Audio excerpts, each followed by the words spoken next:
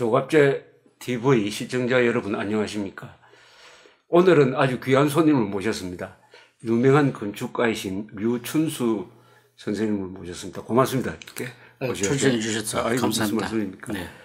우리 조갑제 TV는 재미있고 유익한 내용을 소개하는 것을 기조로 삼고 있습니다. 정치, 역사 이야기가 많았는데 이번에는 건축 이야기를 한번 들어보기 위해서 우리 귀한 손님을 모셨는데, 류춘수 선생님은 앞으로 이야기가 진행되면은 뭐 다 그 경력이나 이런 것을 제가 설명드리게 되겠습니다만은, 건축가시니까 대표적 건축물을 소개해 드리는 게 옳다고 생각합니다.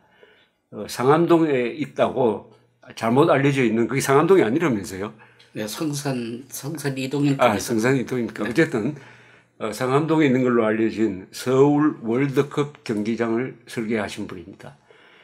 그리고 한계령 휴게소 아마 여러분들 거기서 커피 한잔 하시면서 그 장엄한 광경을 내려다본 기억이 계실 거라고 생각합니다. 그 다음에 경춘가도에 있는 강촌 휴게소죠. 아, 그게 사실상 없어졌습니다. 아, 없어졌습니까? 네. 저는 그 들린 적이 있는데. 아, 예. 그거 좀 아쉽네요. 강촌 휴게소. 네. 그 다음에 강남에 있는 리츠 칼튼 호텔. 네.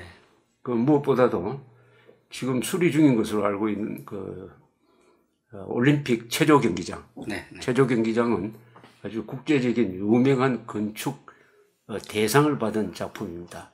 그 밖에도 수많은 아주 유명한 건축물을 설계를 하신 우리 류춘수 선생님한테 우선 첫 질문으로 뭘 할까 생각을 하다가 1996년인가 조선일보에 청계천을 살리자 하는 기고를 하셨다고 하는데 그게 맞습니까? 어떻게 아시는지 모르겠습니다. 예, 제가 아마 그때 조선일보에 그 일사의 이런데라는 그 코너가 있었습니다. 예. 그래서 있었습니다. 여러 필진들이 돌아가면서 그렇습니다. 예. 그때 제가 무슨 생각이었는지 청계천을 살리자 이 글을 쓴 기억이 나는데, 그때는 이 단순한 청계천만 살리는 게 아니고 청계천 우리 청계로 있지 않습니까? 그렇죠. 청계로 고가도로가 지나가고 여기 종로가 3일 고가도로 종로가 있고 종로 있죠. 요 사이가 굉장히 비교적 좁은 블록입니다. 그래서 저는 여기 광화문에 있던 이쪽에 수표조 다리 있고 한 여기서부터 저 숭례문까지 숭례문이 아니라 저 동대문까지 이 블록 전체를 건물을 비우고 여기를 공원화하자 이런 생각했습니다. 그리고 물론 이 청계천도 살리고 꼭 직선이 아니더라도 뭐 그런 좀 큰 스케일로 생각을 했는데, 왜냐하면 우리 본래 이 청계천이라는 게 인공으로 만들어진 강으로 제가 기억을 합니다. 서울을 이제 정도로 만들 때 한 600년 전이죠. 만들 때. 그리고 이제 오긴동 이쪽부터 내려오는 물, 그다음 낙산에서 나오는 물들, 이 물들이 남산에서 흘러가는 물들이 모여가지고 쭉 가서 왜 저 중랑천에서 만나서 한강으로 지금 한양대학교 제가 출신입니다. 앞에서 살코시 다리라고 유명한 돌다리가 있죠. 이 다리를 건너서 한강으로 가는 바로 그 청계천인데, 굉장히 그 역사적으로 중요한 건데 그동안 너무 이제 오염되고 뭐 참 버려진 곳이었지 않습니까? 그래서 제가 한 20년 더 되었군요.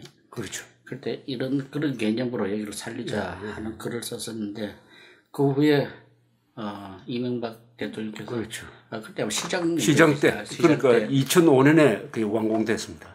그렇죠. 제가 제안하고 한 10년쯤 지난 다음에 지금 그러면 저 청계천 복원이라고 그러는데, 복원한 그 공간을 어떻게 보십니까? 저는 뭐 개인적으로 그렇게 했다는 것 자체는 어마어마한 그 성취인데 저는 생각이 이제 너무 깊어서 도로에서부터 그 사이가 내려가기가 너무 깊어가지고 그 겨울의 맛이 좀 많이 떨어졌다. 그런 건 있죠. 그래 이제 또 본질적으로 조금 인공적인 면이 있습니다. 물 당연히 인공이죠. 물 자체가 끌어와서 돌아가는 거니까 본래대로 흘러가는 게 아니고, 뭐 그건 기술적으로 어쩔 수 없었다 치더라도 공간적으로는 너무 이제 깊다 보니까 또 깊지 않을 수 없는 이유도 있습니다. 물론 위에 다리도 만들어야 되고 밑에 사람도 돌아다녀야 되고 하니까. 그런데 어쨌든 시각적으로는 너무 깊어 보이는 문제는 있다. 그러나 그거는 어마어마한 많은 사람들이 아마 그런 제안을 했을 거예요. 굉장히 성공적인 도시였던 중요한 상징적인 장소가 만들어진 거죠. 그건 사실이죠. 근데 그 다음 시장이 오세훈 시인데, 오세훈 시장이 이제 광화문 광장을 만들었단 말입니다. 이 광화문 광장은 어떻게 보십니까? 광화문 광장. 그것도 아마 이 서울의 공간 도시, 서울이라는 도시에 관심을 갖는 사람들은 다 한마디씩은 아마 그렇죠. 제안도 그렇죠. 하고 이야기도 하고. 근데 이제 결국 이런 겁니다. 저는 뭐 그런 광장은 뭐 대표적으로 중국의 뭐 천안문 광장 있죠. 뭐 그런 거하고 여러 가지 비슷하지 않습니까?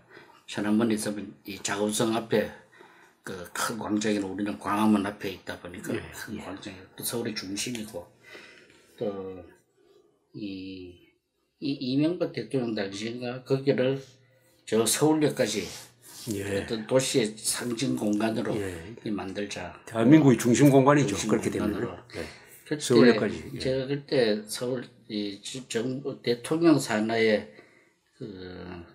뭐라 그러죠. 국가건축정책위원회라는 게 있습니다. 그때 처음 만들어져서 아마 노무현 대통령 때 처음 만들어져가지고 시작은 이명박 대통령이 처음 해서 제가 그 초대 위원을 했는데 그때도 많은 사람들이 이 광장을 어떻게 하느냐. 그렇죠. 심지어 뭐 광장 이름 짓기도 하고 여러 가지 대안들을 했는데 뭐 어떤 사람 앞에다 큰 뭐 만들자 뭐 여러 가지 했었는데 지금 해놓은 것도 결국은 이 도로의 기능하고 도로가 없이 되더라도 사람의 광장 기능이 항상 서로 상충하다 보니까 그걸 다 소화하기로 굉장히 어려운 부분이 있습니다. 네. 저는 이 광화문 광장에 대한 불만이 한 서너 개가 있는데요. 첫째는 이 광화문 광장의 개념인데 이게 대한민국 광장이냐 아니면 조선조 연장이냐인데 그 북쪽에 있는 경복궁의 연장선 아닙니까? 그리고 거기 두 분의 동상이 있는데 하나는 세종대왕과 이순신장 그러니까 이게 조선조의 공간처럼 되어버렸어요. 그러니까 저는 조선조의 공간은 광화문까지만이고 그 뒤는 대한민국의 공간으로서의 상징물, 뭐 이승만 대통령이라든지 아니면 박정희 대통령이라든지 아니면 역대 대통령 동상이 거기 들어가든지 그게 좀 아쉽고 그다음에 가운데가 섬처럼 돼서 양쪽이 도로가 아닙니까? 그래서 아예 막 양쪽 도로까지 다 공원으로 만들고 밑에 지하로 해가지고 차도를 빼는 게 어떻겠느냐.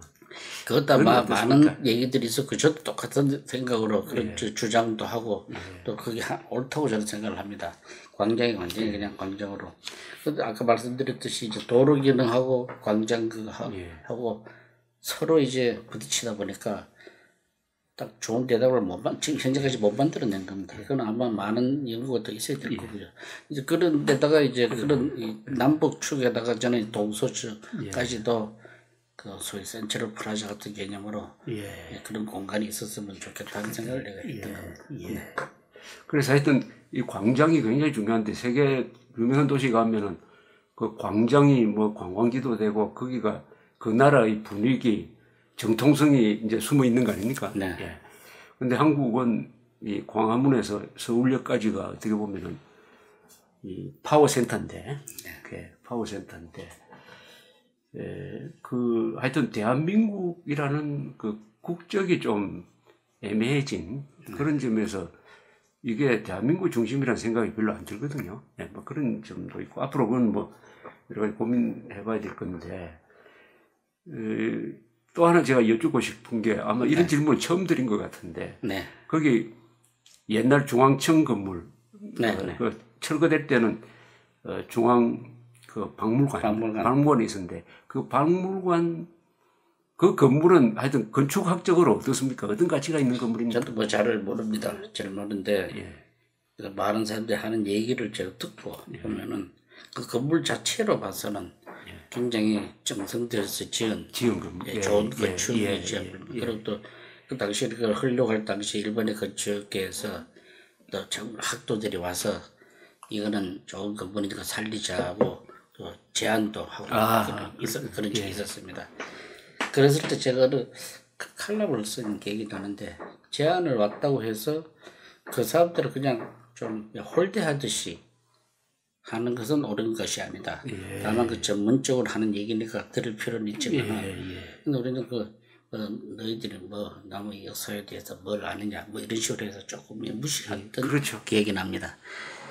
근데 철거한 건 어떻게 생각하세요? 저는 개인적으로 이게 뭐 견해가 많은 견해가 다르기 때문에 뭐라 할 수 없지만은 그 경복궁이라고 하는 그 1314세기 말인가 만들어진 그 공간 자체가 그 안에 대형 말하자면 석조 건물이 들어가 있는 것은 공간 전체를 분명히 나쁘게 한다. 그런 의미에서 그는 허는 것이 맞다. 저는 그렇게 생각을 했습니다. 근데 그거는 이제 저는 또 다른 시각인데 이게 이제 역사적 건물이니까 그러니까 조선 총독부 시절의 역사만 있는 게 아니라 우리가 건국한 뒤에 역사가 바로 이 중앙청을 중심으로 있었기 때문에 대한민국 역사 속으로 들어온 건물인데 이것을 과거로 회귀해가지고 이게 일제가 지은 거니까 해가지고 없애버린 거는 그 타이밍을 꼭 없애려면 1945년 8월 15일에 없앴어야 되는데 그래서 한국 현대사의 가장 중요한 건물을 없앴다. 그런 점에서 저는 아주 좀 불만이 많습니다. 그거 이제 예를 들어 체코나 뭐 이런 유럽에서는 물론 없애지 않습니다. 제가 그러니까 어떤 사람들이 그런 식으로 없애면은 유럽의 많은 도시의 건물들은 다 남아나지 않는다. 왜냐하면 계속 이제 지배받고 지배자가 바뀌니까 역사가 계속 지배자가 바뀌어서 건물은 그대로. 그런데 그게 이제 우리 한국인들의 역사의식 심성은 유럽하고 좀 다를 수가 있고 또 왕궁이라 하는 것에 대한 또 애착도 있고 그다음에 거기다가 다른 것 아닌 식민지 총독부라였다 보니까 그걸 아마 두기에는 이 불편한 마음이 있었을 거다. 저는 뭐 두 입장에서 다 이해가 되는 입장이에요.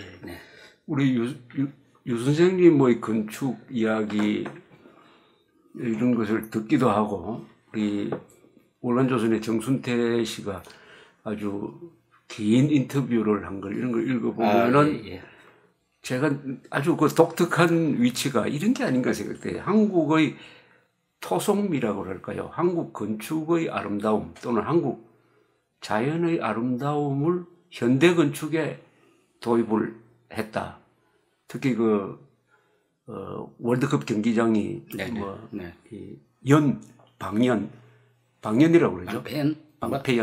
방패연을 위에서 내려다보는 모습이라든지 또는 그 경회루의 지붕 또는 그 유명한 부석사로 올라가는 길 이런 걸 거기서 도입을 해서 아주 명물 건축물을 만들었다. 그런 점에서 그런 점이 좀 아주 독특하게 느껴지는데 그게 어떻게 그렇게 됩니까? 뭐 그렇게 이해해 주시는 걸로 제 생각대로이기 때문에 우선 감사히 생각합니다. 그리고 이 얘기 순서를 좀 바꾸자면은 2002년 서울 월드컵을 한창 하던 때 6월에 일본에서 NHK가 제 다큐멘터리를 하셨군요. 역시 방영을 했습니다. 알아주네요. 일본에서 알아주네. 일본에서 이제 NHK에서 NHK가 그 4월에 와서 촬영을 했습니다. 2002년 4월. 그러니까 6월에 방영을 하는데 그다음에 또 방영하는 타이밍도 제가 알기로 뭐 일본이 무슨 월드컵 시합하기 직전에 제가 한 40분 다큐를 보여줬습니다. 근데 그 다큐 내용이 저는 뭐 개인적으로 KBS다 뭐 MBC다 뭐 많은 방송에서 다큐를 만들었더랬어요. 근데 물론 뭐 저한테는 과분한 좋은 내용이었지만은 NHK는 관점이 그러니까 현대 소위 하이테크 건축하고 한국 고건축과의 상관관계를 집중적으로 조명을 했습니다. 그런 의미에서 굉장히 그런 의미에서 관점이 좋네요. 좋은 관점이었다 생각을 합니다.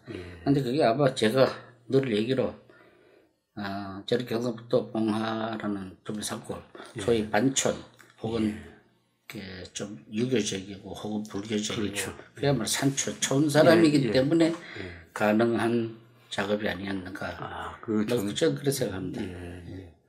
우리 유춘수 선생님은 봉화에서 나셨고 안동에서 이제 학교에 다니시고 중학교죠. 중학교 다니시고 해서 그 활동 무대가 봉화, 안동, 뭐 영주까지 이렇게 포함되는 대구의 경북의 북부지방. 고등학교 제가 대구도 다녔어요. 그렇죠. 대구 다녔으니까 경북 북부지방의 그 문화, 경북 북부지방이 가지고 있는 아주 여러 가지 문화재도 많고 역사적인 유적도 있고 또 안동까지 포함하면 우리나라 유교 문화, 주작의 원류가 거기서 있었는데 그것을 어릴 때부터 그것을 자연스럽게 이렇게 습득하셔가지고 그게 자연스럽게 또 이 건축을 하는데 저절로 우러나왔다는 저는 생각이 들어요. 그 무슨 자연스럽게 그래서 전번에 우리 유인촌 장관하고 OBS에서 인터뷰하는 그걸 아주 재밌게 봤는데 거기 보면은 그런 이야기를 하셨지 않습니까? 이 유명한 월드컵 경기장을 현상 설계를 하는데 제일 처음에 설계한 것이 좀 마음에 안 들어서 어디 파리로 가는 비행기 안에서 그 기내진강 보고 연을 보고 그 다음에 바꿨다면서요? 이미 설계해 놓은 걸 바꿨다면서요? 네네. 그렇게 하기 힘든 거 아닙니까? 그렇게 어렵게 설계한 걸 또 다 싹 지우고 새로 한다는 게. 어려운 건데 그게 사실상 그 전에 했던 게 마음에 안 들기 때문에 가능한 일이기도 하죠. 그렇습니까? 그러니까 그게 1998년입니다. 그게 이제 공모를 한 게. 그렇죠. 그 봄에 그때 아마 김대중 대통령 취임하던 그렇죠. 취임하던 그 IMF가 막 본격적으로 시작되거든요. 그래서 우리나라에서 그럴 때는 원체 경제적으로 어려우니까 월드컵 경기장을 새로 짓지 말자. 그런 움직임도 있어요. 서울시가 잠실 경기장을 잠실 올림픽 주경기장을 월드컵 경기장으로 이제 고쳐서 쓰기로 했습니다. 근데 그것도 FIFA 규정에 의하면은 잠실 경기장을 그대로 쓸 수는 없습니다. 왜냐하면 지붕도 이제 어떻게 고쳐야 되고 그러니까 관객 수의 60% 이상은 지붕 속에 들어가야 되고 여러 가지 FIFA 규정이 있습니다. 그래서 고치는 안을 서울시 그때 공부를 했었는데 또 여러 가지 제가 뽑혀드렸어요.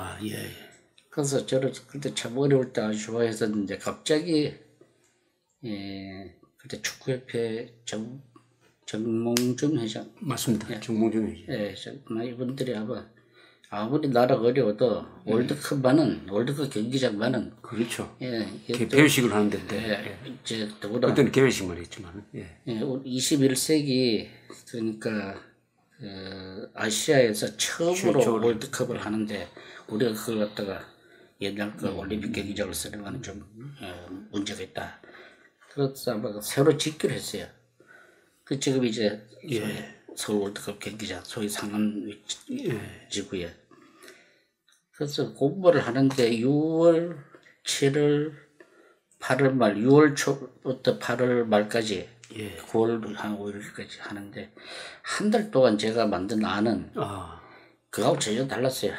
뭐 이렇게 지금 모습하고는 완전히 다른 거죠. 나뭇잎벌이를 이렇게 만들어서 이렇게 하는 거였는데 근데 그 마음에 안 들지만 뭐 안을 딱 끝냈으니까 그렇죠. 끝나면 끝나놓고는 이제 프랑스에 그때 한참 월드컵 하고 있었습니다. 프랑스에서 그렇죠. 98년에 월드컵 6월에 그 구경을 갔어요. 구경하러 가셨구나. 구경을 가서 가는 도중에 비행기 안에서 그 모니카메라 잡지 있잖아요. 칼 기내진. 그걸 이래 보니까 아주 우연하게 또 이 얘기하면 사람들이 잘 안 믿을 수 있는데 제가 잡지를 펼치기 전에 이런 생각을 했습니다. 혹시 이 안에 내 이 해답이 혹시 없을까 하는 힌트가 없을까? 그런 어떤 그 기대를 갖고 가서 근데 제처럼 이제 첫 페이지에 코리안 카이트 이래서 영문 아티클인데 거기 보면 방편 사진이 크게 이렇게 나와 있어요. 방편. 그걸 보는 순간에 너무도 충격적이고 너무도 눈에 들어오는 것이 저들 아시는지 제가 이 서울 그러니까 올림픽 체조 경기장을 설계하면서 소위 멤브레인 건축 쉽게 얘기해서 이 텐트 천으로 만든 건축입니다. 그러니까 쉽게 말하면 텐트 건축이죠. 그렇죠. 텐트 건축에 굉장히 나름대로 매료돼 가지고 한때 서울도 전국에 어떤 텐트 건축을 보면 사람들이 유추수 사인했다고 할 정도로 제가 좋아하는 아까 말씀하셨던 강촌 휴게소도 그렇고. 그렇죠. 텐트. 네. 근데 열을 자세히 보면은 그게 텐트 건축. 텐트죠. 그게 텐트죠. 텐트입니다. 케이블도 이렇게 그렇죠. 있고. 텐트죠. 대나무 살도 이렇게 있고. 그리고 이제 그 모양이 축구장 왜 이 직사각형 비례 있지 않습니까? 그하고 너무 똑같습니다. 축구장. 예, 축구장 비례가. 그래서 뭐 이걸 갖다가 이렇게 탁 집으로 덮으면 중간에 구멍들이 뚫렸고. 그렇죠. 그런데 모서리는 이제 관객석을 위해서 모서리를 이렇게 치면 되겠다는 생각이 그냥 순식간에 든 거예요. 제가 어릴 때부터 열을 좋아했는데다가 거기다가 그 멤브레인 건축을 좋아하고 마침 축구장 프로포션도 갖고 그래서 그냥 바로 스케치를 하게 된 겁니다. 그럼 비행기 안에서 하신다. 비행기 안에서 바로 했는데 근데 그거 참 우연한데 바로 그제 월드컵 경기장 측에서 서울시 그래서 저한테 와서 그 아래 관객들 그 관광 중심 장소에 제 그 스케치들 하고 코드를 하나 만들겠다고 왔어요. 그렇죠. 참 고맙네요. 15년 만에 그런 일이. 근데 그때 아마 제가 그때 스케치했던 것을 비행기 안에서 그렸던 그림들 이걸 다 전시를 할 때 곧 할 겁니다. 아마 다음 달부터나 전시가 될 가능성이 있습니다. 그럼 그걸 저 사무실로 그러니까 20 건축으로 보냈습니까? 사람들이 저희 회사에 오셨더랬어요. 아니 제 이야기는 비행기에서. 그럼요. 보냈더니 회사에서는 야단났죠. 왜냐하면 한 달 또 했는 작업을 다 못 써야 되니까. 그렇죠. 그래서 3개월 동안 한 달 했는 거 못 쓰면 시간이 절대 부족하잖아요. 그래서 제가 그 과격한 편지를 보냈어요. 포기하든가 아니면 새로 이걸 하든가. 말하자면 이제 밤새우란 얘기죠. 그렇죠. 그렇게 해서 마침 이제 그걸로 당선이 됐던 겁니다. 아이고 이 건물에 대한 이제 평가는 앞으로 이제 국제적으로도 이미 있고 더구나 그게 또 여러 가지 부대 시설이 잘 들어가서 사람들이 많이 붐비는 경기장으로 되고 그래서 수익을 많이 보고 있다면서요? 그게 그 점도 굉장히 중요한 거 아닙니까? 우선 건축적으로는 아마 그 월드컵이 끝난 다음에 영국에 사커라는 건축 잡지가 축구 잡지가 있어요. 거기서 세계 10대 경기장인가 10대 축구장인가를 선정을 하는데 세대 축구장 선정을 했는데 그게 월드컵 경기장이 뽑혔어요. 근데 그거 좀 미국 일본도 다 그 월드컵을 개최했는데 우리가 같이 했잖아요. 일본 건 하나도 안 뽑혔어요. 근데 그 내용이 구조적으로도 아름답고 뭐 이런 좋은 평가로 해서. 근데 그 중에 가장 중요한 기능은 방금 말씀하셨듯이 보통은 그 올림픽이나 이 월드컵 경기장을 짓는 데는 많은 돈이 들어갑니다. 예산이. 그렇죠. 그리고 그 예산이 또 문제가 아니라 그 행사 끝난 다음에 수많은 세월 동안 그 들어가는 유지 관리하는데 돈이 엄청나게 들어가요. 거기에 수익성을 창출하지 못하면은 그 굉장히 골칫덩어리가 됩니다. 실제로 그런 예가 뭐 너무도 많으니까. 근데 이 서울 월드컵 경기장은 뭐 서울시 의지도 그랬고 저 설계할 당시에도 그렇고 처음부터 여기가 수익성을 올려야 한다. 제가 올림픽 체조 경기장을 하면서 똑같은 생각을 이미 했더랬어요. 그 어쨌든 결과적으로 거기 보면은 서울시 서울 월드컵 경기장은 하루에 한 달에 한 20억 정도 매출이 있습니다. 대단합니다. 매출이. 그리고 약 그중에 순수익이 약 10억 정도가 됩니다. 그게 아마 세계에서 제일 많은 수익을 올리는 경기장입니다. 수익을 올릴 수 있는 것은 설계하고도 관계가 있는 거죠. 설계하고 직접 관계되는 거죠. 직접적인 거죠. 그 안에 제가 처음 구상할 때 영화관 10개, 쇼핑몰, 뭐 심지어 수영장도 집어넣고, 그 안에 가면 뭐 골프 연습장도 있고, 뭐 사우나도 있고, 여성들 뭐 손톱 소지하는 데도 있고 다 있습니다. 그러니까 그거는 그러니까 제가 늘 하는 말로 서울 월드컵 경기장은 축구를 하는 것이 아니라 축구도 할 수 있는 여러 개 중에 축구도 할 수 있는 축구도 할 수 있는 장소다. 예. 그러니까 축구도 할 수 있는 이 저희 어반 패시리티 도시 시설이다 이런 생각을 갖고 설계한 겁니다. 예. 우리가 유럽에 가 보면은 뭐 노트르담 성당이라든지 성베드로 성당이 그냥 유물로서 모셔져 있는 것이 아니라 지금도 그 안에 들어가서 사람들이 교회 예배를 보고 살아있는 건축물이기 덕분에 더 위대한데 바로 지금 말씀하신 이 월드컵 경기장이 살아서 돈도 벌고 사람도 많이 모이고 이렇게 해서 살아있다. 그런 점에서 이 건축물은 앞으로 이제 세월이 지나면 요새 뭐 국보나 보물이나 사적을 지정하듯이 우리 역사 속에서 남는 아주 명작으로 남게 될 것이라고 그렇게 생각을 합니다. 거기 조금 부여를 하면요. 단순히 이 건물만으로 되는 게 아니고 이 건물이 거기 상암지구 그 일대가 굉장히 서울에서 제일 낙후된 곳이었습니다. 그렇죠. 그리고 특히 왜 아시다시피 거기 난지도 그렇죠. 서울시 한 17년, 20년 가까이 온통 쓰레기를 다 버렸던데 그 냄새가 나서 지나다니기도 싫어하던 장소입니다. 지금 그 일대를 그래서 이 경기장이 중심이라 경기장을 시작을 해서 여기 공원을 다 재정비했잖아요. 그 쓰레기 그러니까 그 건물 하나 덕분에 그 주변 지역이 발전하는 계기가 된 거네요. 어쩌면 전체 계획상 그 건물이고 있음으로도 촉매작용이 돼서 그러니까 그 옆에 또 디지털 그렇죠. 지금 뭐 그게 아주 미디어 시티 비슷하게 발전해가지고 그래서 이게 이제 방송센터가 됐는데 서울의 말하자면 서쪽에 제일 그 낙후된 곳이 제일 첨단 도시로 바뀌어버린 것이죠. 그렇죠. 그래서 참 이제 사람이 많이 가고 그래서 오늘 말씀드리려고 하는 게 바로 이런 건축이 건축에 대한 우리 일반인들의 이해가 좀 제대로 되지 않아서 건축이 한국 사람들의 삶이나 이런데 얼마나 직접적인 영향을 끼치는지 이렇게 설명을 안 하시면 잘 모르거든요. 그런데 아주 좋은 사례인 것 같고요. 물론 그 건축 설계자, 건축가의 공로만은 물론 아닙니다. 그렇죠. 뭐 행정하는 사람들이 같이 따르고 그렇죠. 그걸 알아주는 사람들이 있어야 되고 뒷받침하는 사람들이 있어야 되니까요. 그다음에 우리 유춘수 선생님이 아마 가장 자랑스럽게 생각하는 건물 하나가 서울올림픽 체조경기장 아닙니까? 체조경기장으로 해가지고 1988년 호주 시드니 오페라 하우스가 주최한 쿼트나리오에서 국제 건축상 금상을 받았습니다. 금상. 그러니까 이게 세계적으로 알아주는 건축물인데 거기 기법이 멤브레인.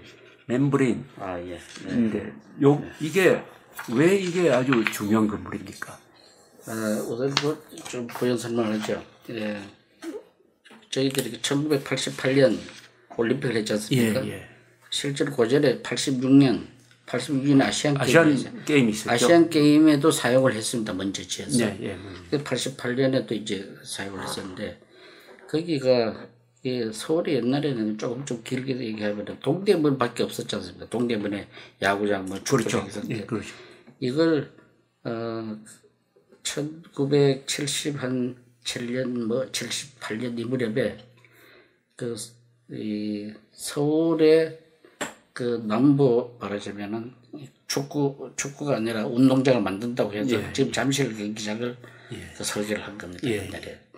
그때 우리 그 공간에서 우리 김수건 선생님 모시고 김수건 선생님을 모시고 있을 때 저희들 회사에서 전체 지금 현재 올림픽 잠실 경기장이 있는 그걸 설계를 당선을 해서 설계를 하게 됐어요.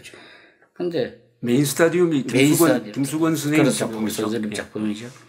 근데 이제 그게 공사를 한창 하는 도중에 1981년에 우리가 갑자기 그 올림픽 개최 도시가 된 겁니다. 그렇죠.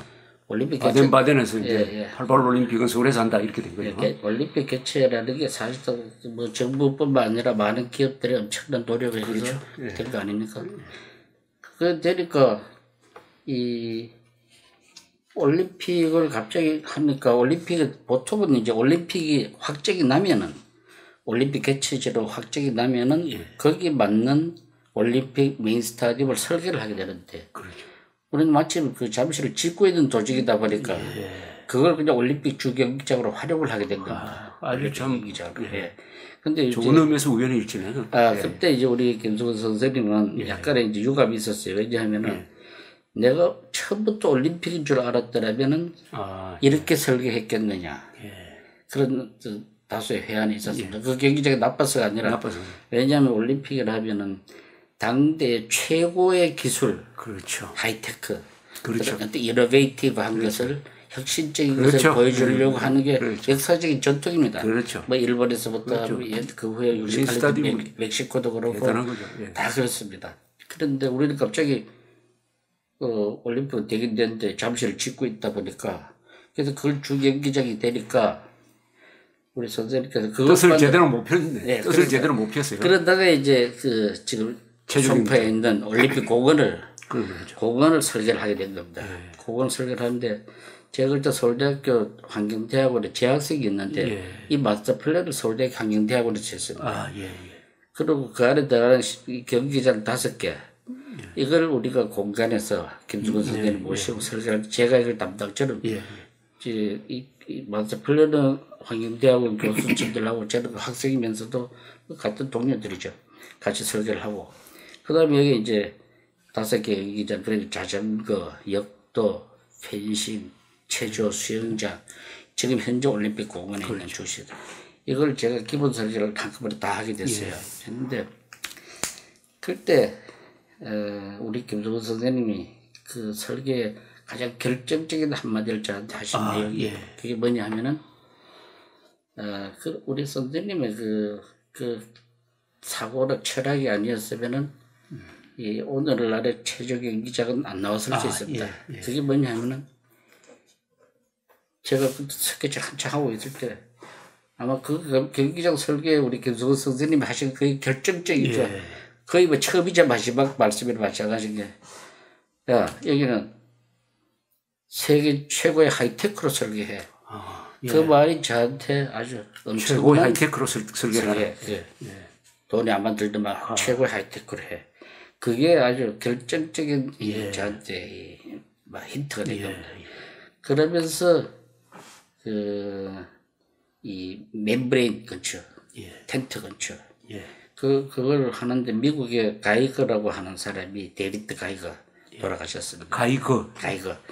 이 독일식 발음이지. 가이거라고 하는 분이 그때 뉴욕에 계시는 분들 콜롬비아 교수고 이분이 그 케이블 돔이라고 하는 걸 발표를 했어요. 케이블 돔이라는 건 자전거 바퀴가 뜬다 위에다가 기둥 지금 현재 체조 경기장이냐 기둥을 공중에 매달아서 케이블을 잡아당겨서 전체 돔을 만드는 그 전에는 이런 돔을 만들려면은 옛날에는 이것도 맨 가이거가 만든 에어돔이라는 게 있었습니다. 에어돔이라는 거는 바람을 밑에서 불어 넣어서 지붕을 띄우는 겁니다. 그러니까 아마 좀 얘기가 조금 긴지 모르겠습니다만 우리 지금까지 인류가 만든 건축 구조 방법 중에 가장 빨리 가장 말하자면 경제적으로 그리고 가장 효과적으로 지을 수 있는 거대한 기둥 없는 공간 이거는 에어돔입니다. 에어돔입니까? 그게 이제 대표적으로 일본 현재 있는 도쿄돔입니다. 도쿄돔입니까? 야구장. 그 에어돔입니다. 그러니까 바람을 이렇게 이 경기장 한 4군데 5군데서 바람을 공주로 불어요. 바람을 천이 공중에 붕 뜰 거 아닙니까? 그죠. 그게 에어돔인데 중간에 기둥 하나 없이. 근데 이 에어돔에 문제가 있습니다. 딱 결정적인 2개 문제는 24시간 계속 365일 1년 내도록 바람을 불어야 돼요. 그 바람을 안 불면은 바로 집을 꺼져 내려야 않습니다. 그렇게 아닙니까? 집을 꺼져 내려. 근데 계속 바람을 불어도 눈이 많이 오면은 꺼져버립니다. 눈이 오면 또 안 되네. 그래가지고 캐나다, 미국의 2개의 건물이 실버돔이라가 이런 건물이 기상이변으로 예상치도 못하는 너무 많은 눈이 와서 이렇게 폭삭 주저앉은 예가 2번이나 있습니다. 그래서 그런 문제 때문에 케이블 돔이라는 방식으로 눈이 아무리 와도 괜찮고 1년 내내 바람을 불지 않아도 되는, 그러면서도 낮고 편편한 새로운 구조 방법이 없을까 하는 것을 이 데이비드 가이거가 제안을 한 겁니다. 그래서 처음으로 이제 이 구조 방법이 있다는 것을 우리 선생님이 아시고 이제 미국에 가실 때 이제 저랑 같이 갔어요. 예. 공간에 우리 멤버들 같이 처음에 갔다가 저는 이제 설계 담당자니까 선생님 돌아가시고 데이비드 가이거를 만나서 그 회사에서 한 일주일인가 열흘 가까이 있으면서 이 케이블 돔에 대한 것을 공부를 배워가지고 이걸 올림픽 우리가 도입을 하기로 결심을 한 겁니다. 그래서 탄생된 것이 이 체조 경기장, 펜싱 경기장. 체조 경기장 우리가 제가 설계를 다 했지만 펜싱 경기장 지붕만은 이제 또 저희 공간에서 맡아서 했죠. 그래서 세계 최초로 만들어진 케이블 돔 건축입니다. 아, 세계 최초 케이블 돔. 예, 근데 그게 역사적으로 또 왜 중요하냐면은 인류 세계 최초로 케이블 돔이고, 그 다음에는 그게 올림픽 시설에 쓰여졌고, 올림픽 시설에 쓰여졌고, 그 다음에 제가 또 이 88년 올림픽 끝난 다음에 그 건물을 아까 코트나리오라는 그거는 원래 이태리에서 시작을 한 겁니다. 이태리의 퍼마스틸 이사라고 하는 아마 소위 커튼돌 건축, 세계적으로 시공을 제일 많이 하는 회사입니다. 그분들이 시드니 오페라 하우스도 시공을 했고 빌바오 미술관도 그분들이 시공을 했어요. 그러니까 커튼돌에서 세계 최고의 회사로 마찬가지. 이 회사가 이 1988년 당시에 세계에서 가장 하이테크로 지어지면서 가장 아름다운 건축물을 공모를 했습니다. 공모를 할 때 시드니 오페라 하우스 재단하고 이태리 퍼마스틸 그 회사가 그 주축이 돼서 그 한 건데, 그때 이제 체조 경기장을 출품을 했죠. 근데 유감스럽게도 우리 김동훈 선생님이 86년 아시안 게임도 못 보시고 그 6월에 간암으로 돌아가셨더라고요. 돌아가셨고, 그때 저는 이미 86년에 개인 회사를 차려갖고 있을 때고, 이번 건축을. 그때 이제 체조 경기장을 출품을 해가지고, 이게 국제건축상, 금상을 코트다리 상을 받았는데, 굉장히 의미가 큰 것은, 왜, 달리기 할 때 제가 1등을 많이 하잖아요. 2등 오는 사람이 무지무지하게 빠르더라고 하는 얘기처럼, 그 당시에 건축한 사람 다 아는 노만 포스터라고 있습니다. 아마 세계 하이테크 건축의 갓파더라고 하는 예부라고 하는. 그분의 은상을 받았습니까? 그분의 은상을 받았어요. 노만 포스터를 영국에서는 왕실에서 처음에는 썰을 줬다가 이것도 부족하다고 로드를 줬습니다. 평민한테 로드 노만 포스터라고 하는 호칭을 준 그 세계 하이테크 건축의 그야말로 대명사죠. 근데 그 역사적 건물이 지금 개조되고 있습니까? 개조되고 있습니다. 그 얘기를 제가 어쨌든 그렇게 그건 보존해야 될 건물인데. 그 올림픽의 어떤 유산이고, 그렇죠. 또 올림픽 유산. 세계 건축의 어떤 큰 상을 또 받았고. 신기원을 이룬. 그렇죠. 그리고 또 그 건물이 또 그동안에 86년 이후부터 88년 올림픽 끝나고 지금까지 세월 한 30년 동안에도 아주 가장 효과적으로 사용되는 건물입니다. 뭐 1년에 한 300일 이상 활용을 한다든지, 대표적으로 그렇게 좋은 그 건축물인데 무슨 K-팝 전문 공연장으로 만든다면서 그걸 지금 완전히 또 고치고 있습니다. 근데 뭐 설계 본래 했던 사람, 공간 아니면 저 이런 데다가 한번 물어본 적도 없고 그냥 고치고 있는데, 이거는 제가 뭐 다른 인터뷰나 방송을 통해서도 많이 항의한 적이 있는데, 이거는 저는 뭐 좀 감히 얘기해서 문화국에서는 해서는 안 될 일입니다. 지금 말씀하시는 거하고 연관되면 우리나라에서는 이런 이야기를 한번 하신 적이 있는 것 같은데, 상암동 경기장 준공식 때 그때 김대중 대통령이 와서 축사를 하면서 그 시공회사가 고생했다는 정도는 이야기를 하면서 설계자 이야기는 일체 언급이 없었다. 그래서 그걸 비유한다면 출판 기념회에 와가지고 출판사 이야기는 하면서 막상 그 저자 이야기는 하지 않는다. 그래서 한국에서 있는 이 건축에 대한 몰이해, 특히 설계자에 대한 푸대접 이런 걸 지금 개탄하시고 계시는데 바로 최저 경기장도 그런 차원의 문제인 것 같습니다. 바로 우리는 이제 뭐 제가 월드컵 그것도 내용을 알고 계시니까 그랬으면 제가 뭐 자주 하는 얘기입니다. 사실은 그 당시에 뭐 시장님이나 축구협회 회장님이나 또 건설회사 사장까지 다 개막식 때 아주 저기 공로를 취하면서도 또 바로 옆에도 제가 앉아 있었어요. 예. 근데 설계자 얘기를 딱 빼고 얘기하시길래 제가 그 박경래 선생의 이 토지 소설 출판 기념회에 혹시 대통령이 오셔서 출판 축사를 할 때 이 민족의 말하자면 수련을 이렇게 장대하게 아름답게 그린 이 토지를 출판한 출판사 사장에게 뭐 감사를 드리고 치하를 한다면 옆에 있던 작가가 얼마나 황당하겠습니까 하는 얘기를 제가 한 적이 있었는데, 근데 사실 이거 웃을 일이 아니고 이게 우리나라 전반적으로 밭에 깔려 있습니다. 그렇습니다. 예. 뭐 그런 예술을 하는 사람이든 교육받은 사람이든 거의 상관없이 이 의식이 깔려가 있습니다. 그러니까 설계하는 분이 위대한 음악가나 위대한 미술가처럼 창작자라는 데 대해서 별로 비중을 안 두는 거죠. 그냥 막 그리는 사람 이렇게 시공하고 설계를 구별을 하지 못하는. 구별을 못하지. 시공 설계를 구별 안 하죠. 잘 못하는 부분이 많이 있습니다. 그럼 뭐 두고두고 얘기를 또 해도 모자란 정도로 많이 있습니다. 이런 사례가. 이 건축 이야기가 시작되면 이게 한정이 없는데, 왜냐하면 왜 한이 없다는 거는 얼마나 우리 생활에 건축이 중요하게 파고들었는데 한국 사람들이 그냥 자고 먹고 하는 그런 공간이면 충분하지 뭐 하는 이 정도의, 그러니까 요구 수준이 낮으니까. 그런데 요새 이제 점점 생활이 향상되고 하니까 이제 돈 있는 분들은 설계자한테 부탁을 해가 좋은 집도 짓고 이렇게 하는데, 우리 우선 실생활에 들어가서 좋은 집은 어떤 집입니까? 요새 집 짓는 사람마다 이제 설계자를 찾았다네요. 그리고 자기도 그 의견을 많이 내고 해가지고. 그 좋은 집은 뭡니까?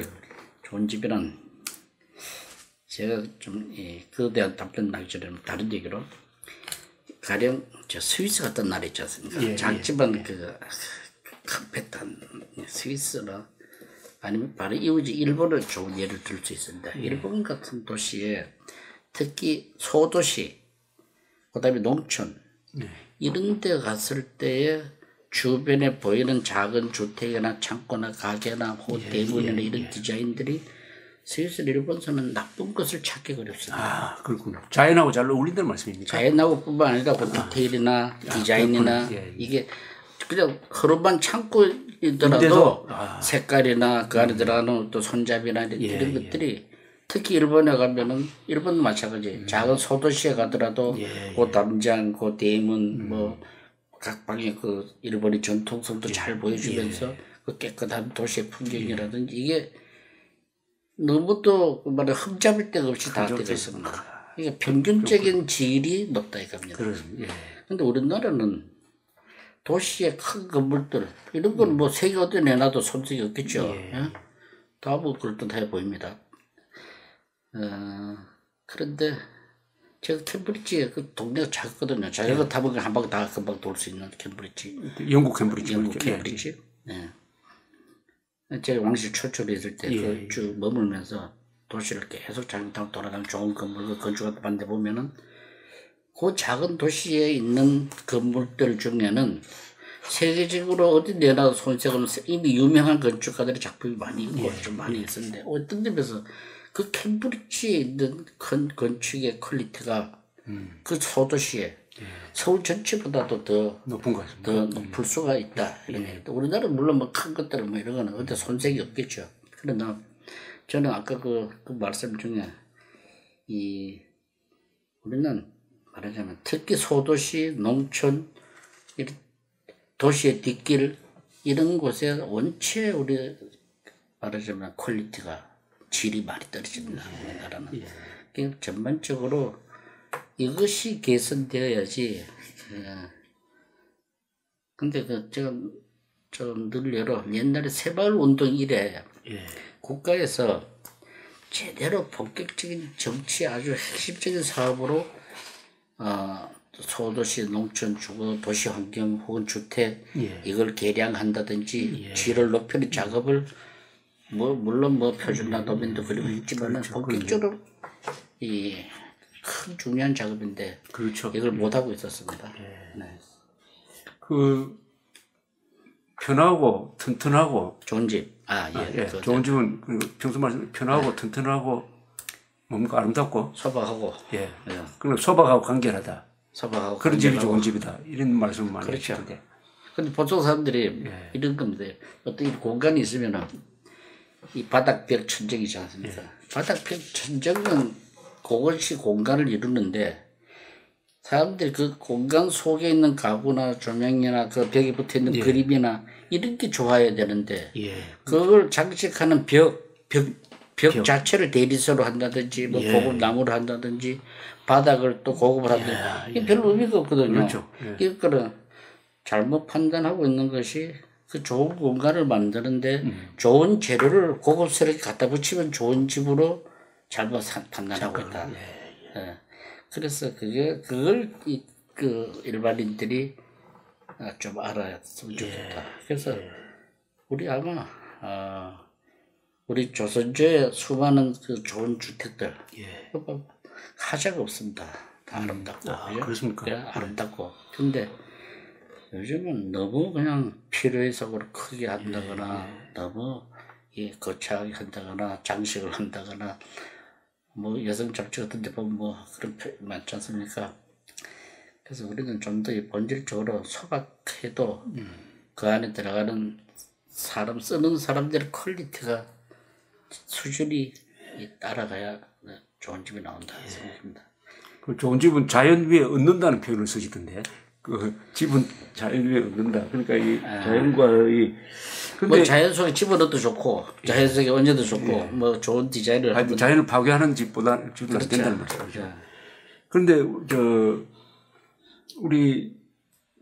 저는 이제 건축가들 이렇게 만나면은 뭐 주로 유럽에서 뭐 배운 대로 고딕이라든지 뭐 로마네스크 짜고 하는 이런 이야기를 많이 하는데 또 건축가들도 그런 이야기를 하기 좋아하는데 우리 유 선생님을 만나면은 우리 토속적인 이런 건축물 이야기를 많이 하시고 실제로 그걸 또 설계하는데 도입을 하시고 해가지고 이게 한국의 전통적인 건축미와 현대적인 것을 이렇게 연결하는 또 보니까 그게 이제 제대로 되는 거 아닌가 하는 생각이 듭니다. 그런 게 어떻게 가능했을까 하면서 우리 유 선생님 뭐 이렇게 생애를 딱 보니까 아까 말씀드린 대로 봉화군에서 나시고 또 국민학교 다닐 때 그 앞에 국보였던 마해불이 있었죠. 그 마해불과 아주 친하게 지내면서 그다음에 또 어디 축서사입니까? 축서사에서 그때 거의 한 2, 3년 계셨죠. 그렇죠. 만 2년 살았습니다. 그때 무슨 공부할 때죠. 재수 삼수 할 때인데 거기에 또 보물로 지정된 불상이 있는 방에서 사시고 해가지고 이 자연스럽게 한국의 미적 감각을 이제 체득한 것이고 그러다 보니까 그게 이런 건축에 나오고 해가지고 저는 한계령 휴게소는 누가 했는지 몰랐습니다. 그때 만나기 전에는. 그러나 하여튼 한계령에서 거기서 쉬면서 커피 한잔 마시면서 본 그 기억이 한계령 휴게소와 더불어 굉장히 머리에 오래 남아요. 이미지네이션으로서. 그러다가 나중에 만나니까 이게 잘 지은 건물이 이렇게 오랫동안 추억도 되고 아름다운 걸도 되는구나 이렇게 생각을 하고 있습니다. 그 하신 말씀을 제가 좀 버텨서 말씀드리면은 좀 거창하게 얘기하면 예를 들어서 뭐 이런 얘기도 가능합니다. 어떤 한 국가가 있다면은 그 국가의 어떤 그 역사적인 임팩트랄까 그 국가의 그 운명을 좌우하는 것은 그 무슨 그 지도자일 수도 있고 뭐 국민들의 수준일 수도 있고 한데 하지만은 사실은 그 장소 어느 곳에서 발생하는 장소냐 우리 같으면 일본이 있고 중국이 있다든지 뭐 예를 들어서 이런 지정학적 요소가 제일 결정적인 운명적일 수도 네. 가장 결정적일 수도 있다는 얘기는 한 개인에도 저는 마찬가지죠. 야 그렇습니까? 개인에도 마찬가지죠. 예, 저는 그 조선 방금 저보고 네. 지리가 가장 중요하듯이 예, 봉화에서 어디서 태어났느냐 하는 예 어디냐 그렇지 봉화에서 예. 태어나서 안동이라는 곳에서 중학교 고등학교 그렇죠. 대구도 다니고 이랬던 것이 그 아마 보고 들으기 뭐 초대해서 예를 들어서 그러다 보니까 또 제가 이 해외 유학을 요즘 젊은 사람들 많이 다 가잖아요. 예, 예. 유학을 가지 못했다 보니까 실제로 제가 좀 부끄럽게도 뭐 고딕이다 로마네스크다 뭐 이런 건축에 학교도 배우긴 했지만 예. 거기 제가 심취해서 많은 지식을 또 갖추지도 못했어요. 그러다 보니까 그냥 어디에 태어났느냐 하는 그것이 그래. 저한테 더 중요한 그렇죠.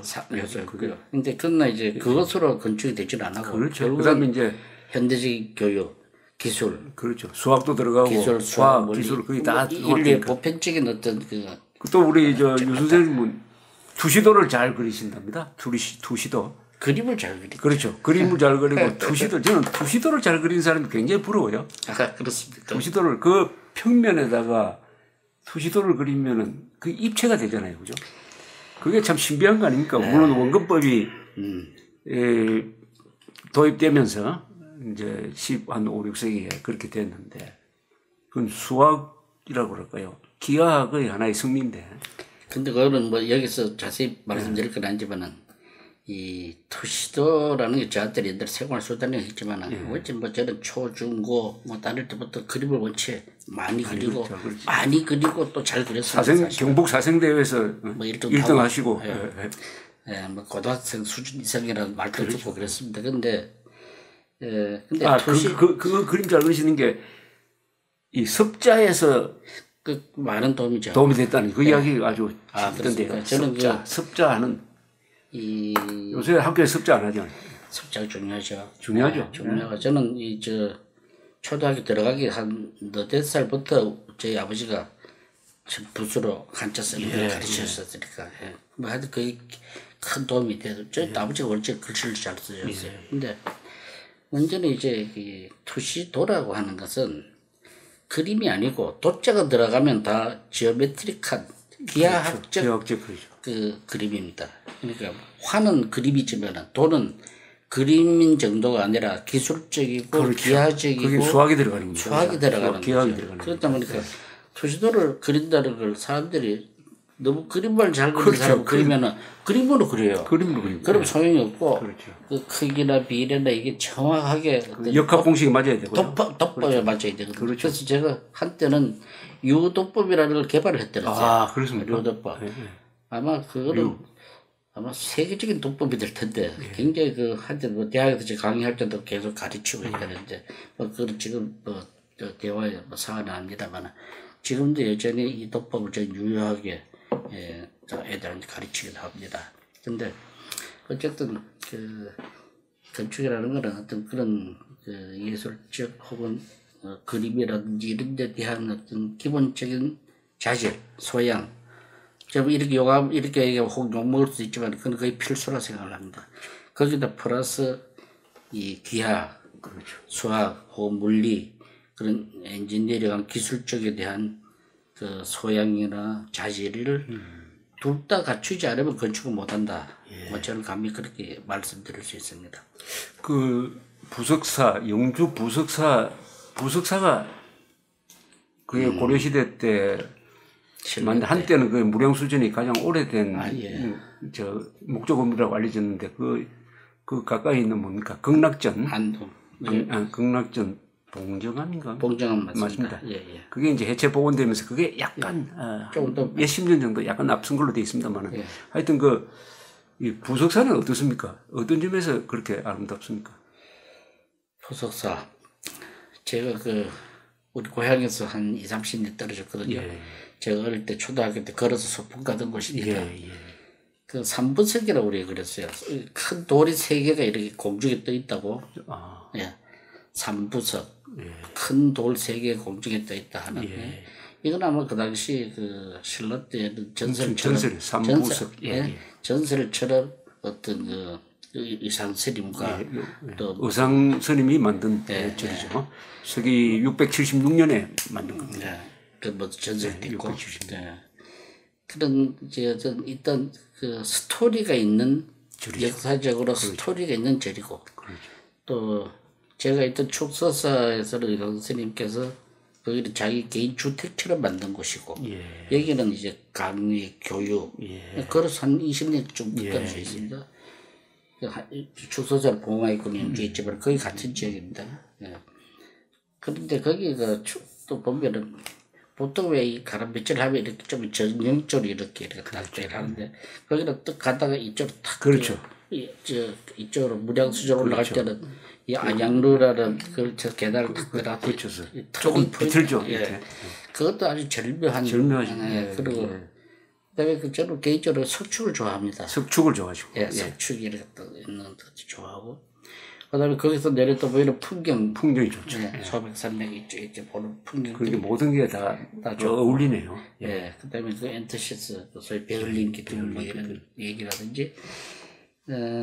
뭐 무엇보다 저는 고향 근처에 고향이 있다 보니까 거기를. 그 부석사는 큰 절은 아니지만 그 국보가 한 5개 좀 있는데. 거기는 여러 번 갈수록 좋아지던데요. 처음 갔을 때보다는 2번째, 3번째 가니까. 그렇죠. 또 밑에서 쭉 걸어서 올라가는 그라든지. 근데 그 부석사의 그 입구를 이번 상암동에서 서울 월드컵 경기장 설계할 때도 도입을 했습니까?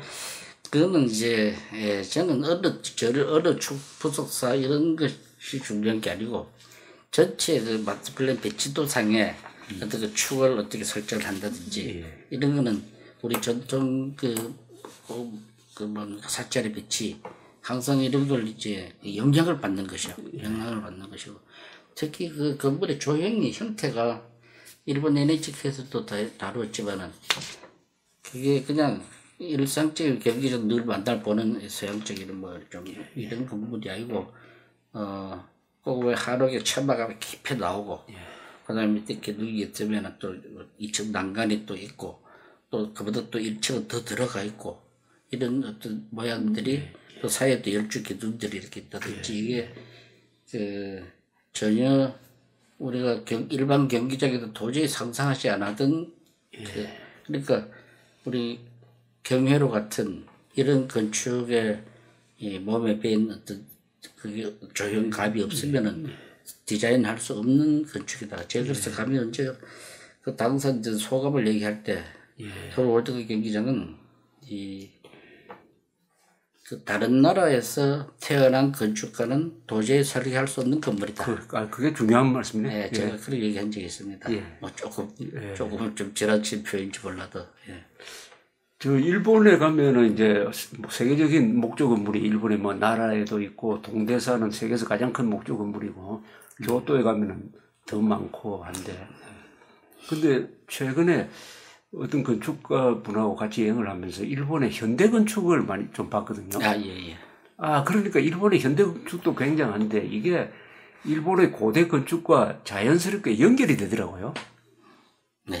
그래서 이 과거에 이런 건물을 지었으니까 오늘날 일본에 이런 현대건축이 섰구나 이렇게 생각되는데 바로 유 선생님 말씀대로 옛날에 무량수전이나 뭐 여수에 가면 진남관, 저 통에 가면 세병관, 또 종묘 이런 건물을 지은 그 전통미에서 우리 매개 역할을 하는 전통과 현대를 매개하는 우리 유 선생님 같은 분이 계셔가지고 또 상암동 월드컵 경기장도 만들어내시고 체조 경기장도 만들어내시고 하는 이게 전통에서 이어진다는 게 저는 이게 굉장히 소중한 것 같습니다. 뭐 제가 스스로 그렇게 생각했는지 몰라도 그렇게 말씀해 주시는 그 관점이 굉장히 중요하다고 생각합니다. 근데 요즘 이제 너무 뭐 나쁘다는 게 아니라 너무 많은 이제 서양, 유럽, 미국 이런 데서 공부하고 있는 젊은 건축가들이 너무 이제 방금 말씀하신 우리 자체의 어떤 전통이라든지 여기에 대해서 좀 무시하죠. 많이 소홀히 하고 또 관심이 없는 거죠. 사실은. 관심이 없고 또 그러다 보니까 너무 소중한 걸 자꾸 잊어버리는. 저 일본 사람들이나 서양 사람들이 좋아하는 건물이 이제 종묘 아닙니까? 네, 그렇죠. 종묘가 이 깔끔하고 그러니까 어떤 유교적인 미적 감각이라고 그럴까요? 그 권위가 있죠. 그렇죠. 네. 그 건물 자체로서 권위가 있고 진난관 같은 것은 아주 그 상부정신을 아주 형상화했다 그럴까 힘이 이렇게 느껴지고 또 그 무량수전인 그것은 역시 불교적 세계관이라고 그럴까 그런 걸 느껴지고 하는데 특히 저 불국사 같은 것도 얼마나 그 아름답습니까? 그렇죠. 예. 그런데 의외로 우리 유 선생님이 제일 아끼는 건물은 직접 설계하신 그 봉화 산속에 있는 반야 마을에 있는 반야 정사 아닙니까? 저도 거기서 몇 분 가서 잠도 자고 왔는데 건물은 작지만은 그 안에 들어가 보면은 설계가 워낙 편하게 돼 있고 아기자기하고 또 아주 소박하고 어떻게 보면은 그 작은데 안양루를 연상시키는 또 거기 정자도 하나 만들고 해가지고 저는 뭐 애착을 가지는 거죠. 그렇게 말씀해 주시니까 정말 애착을 갖고 있고요. 그리고 그 어떤 건축하는 친구가 그 집을 자기 집을 설계도 하고 뭐 하다가 그 집을 와서 보고 너무 충격을 받았다고 그래요. 평소에 일상적으로 집을 건축가들이 상상을 하지 않던 방식이 되고 전혀 상상하지 않다. 그 뭐 현관도 따로 없고 이쪽 다리에 올라가는 계단실도 없고 그냥 뭐 계단이 없고 사다리를 이렇게 늘어뜨려 가지고 현관이라고 그랬어요. 현관이라는 게 우리 수천 년 역사에 아무도 현관을 설계한 사람이 없다. 궁전이든 사찰이든 뭐 현대 주택이든 각 방은 각자 들어가면 되는 거지. 현관은 왜 있냐? 근데 그건 고정관념이다. 그러고 보니까 그렇다는 거예요. 그러고 보니까. 그리고 이제 또 그 집은 기둥은 철골 집입니다. 철골이라는 목재랑 똑같은 겁니다. 가구식 그냥 재료만 다르다 뿐이지. 그냥 기둥을 받고 벽은 필요시를 보고 적당히 놓으면 되고. 그래서 좀 소박하죠 사실은. 소박한데 그러다 바탕은 우리 한옥의 형식입니다. 한옥 형식이니까. 독일 건축가가 며칠 있으면서도 자기는 정말 이런 집을 상상도 못했다고. 영국 대사가 거기 와서 하룻밤 자갔죠. 만족했습니까, 영국 대사? 그분이 월드컵 기간 중에 그때 2002년 6월 29일인가 30일 터키하고 준결승전 할 때. 그날 저희 집에 오는 도중에 서해 교전이 났습니다. 맞습니다. 그때 바로 그날인데. 영주 봉화쯤인가 오다가 그 전달을 받고 이분이 돌아갈까 말까 하다가 그 부인하고 같이 제가 운전하고 근데 딱 결심을 하더니 당신 집을 그래도 가야 되겠다고. 그래서 그냥 왔어요. 주무시고 난 다음에 그의 말에 영국 대사가 연말이 되면은 영국 관계되는 사람들 초청한 파티 뭐 이런 게 있습니다. 그 조그만 팜플렛 책자도 나오고 그래요. 그 책자에 이분이 뭐라고 썼냐 하면은 우리 집에서 찾는 그 추억을 쓰기를 샹그릴라 호텔에서 잔 것보다 더 좋았다. 그래서 쓴 적이 있었습니다. 참고로 우리 유 선생님은 영국과 인연이 많으셔가지고 영국에 초청받아가지고 대학교에서 강의도 하시고 그 엘리자베스 2세 남편 되시는 필립공과 또 인터뷰도 하시고 또 필립공 그분이 저를 초청했던 제가 이제 얘기한 적이 있어요. 말씀하시죠. 제가 그분 이제 펠로십을 받았습니다. 펠로십을. 듀크 오브 에딘버러죠. 더 듀크 오브 에딘버러. 그 사람 이제 에딘버러 공작이라는 뜻입니다. 그렇죠. 그 직함이. 그 혹시 앞에 뭐 HRH 히즈 로얄 하이네스 더 듀크 에딘버러. 그분 이제 펠로십을 받아서 캠브리지 대학에 있을 텐데 하루 편지가 왔어요. 편지가 왔는데 날짜를 3개를 정해주고 그 중에 하나는 5월 16일이고, 하나는 5월 7일이고, 하나는 뭐 5월 30일이고, 뭐 날짜 3개를 정해주고, 요 날짜 중에 당신이 선택을 해서, 제가 캠브리지니까, 런던에 버킹엄 궁에 몇 시까지 와라. 간단하게 올 때 옷은 가급적이면 넥타이를 맸으면 좋겠다. 뭐 이런 간단한 주문하고 다른 건 없어요. 그렇게 해서 날짜를 선정을 해가지고 통보해달라. 팩스로. 제가 그 부분 너무도 감격을 해서. 그것도 제가 같은 것이면 5.16을 하자 해서 5월 16일로 날짜를 정해가지고 통보를 했었는데, 그게 우리나라에서 제가 그 반대되는 사례들을 많이 봤습니다. 그렇죠. 뭐 날짜를 딱 지정하지. 그것도 하루 전에 하지. 어떤 시장님이 뭐 만나자고 한 날짜에 뭐 여럿이 봤는데도 갔더니 또 하루 전에 또 그 취소됐다고 통보가 오고 또 그 날짜가 닥쳐오니까 또 다른 뭐 자기 인터뷰에 있어서부터 취소했다고 그러고 마치 모였을 때 수십 명 모였을 때는 또 하시는 말씀이 오늘 중요한 약속이 있는데도 불구하고 여러분들이 중요해서 여기 모였대. 내가 그 소리 듣고는 참으로 이게 경제는 아무리 올라도 우리는 문화적으로 권력 가진 사람은 겸손함이 없습니다. 그리고 후진국이죠. 그런 점에서 후진국이죠. 문화성이 없는 문화적이죠. 교양의 문제인데. 그래서 그 참 뼈저리게 느낀 게 바로 그 날짜 세계를 참 그렇죠. 뭐 그런 더불어 유 선생님이 무슨 뭐 대통령도 아니고 대사도 아닌데 아무도 아니고 그러니까 자기 그냥 초청한 잠깐 뭐 자기 이름의 펠로우로 초청한 분에 대해서 그렇게 그래서 한 20분 정도 그렇죠. 20분 정도 가서 뭐 제 그림도 보여주고 자기 이제 불렀으니까 뭐 어떻게 지내느냐, 뭐 재미냐, 좋으냐, 뭐 저는 그림 그리는 것도 보여주고 아주 소박한 대화를 나눈 얘기를 합니다. 화가라면서요, 필립공이? 그분이 본래 그림을 잘 그리시고 스치도 그리고 또 그 아들도 그림을 찰스도 그림을 잘 그리고. 최근에 이 필립공은 건강 문제 때문에 공식 석상에서 이제는 안 나오겠다고 선언을 했습니다.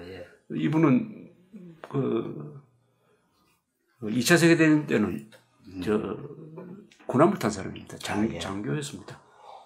그리고 엘리자베스 2세도 그 2차 세계대전 때는 공주죠. 왕이 되기 전이었는데 그 소집돼 가지고 그 정비병으로 일했습니다. 정비병, 자동차 정비병. 그러니까 그 집안이 다 군인 집안입니다. 뭐 영국은 다 왕자들이 다 군대 가고 전투 조종사가 되고 뭐 그렇게 하지 않습니까? 하여튼 좋은 경험 하셨네요. 오늘 이야기 굉장히 길어지는데 나중에 또 기회 있을 때 다시 모시기로 하고 우선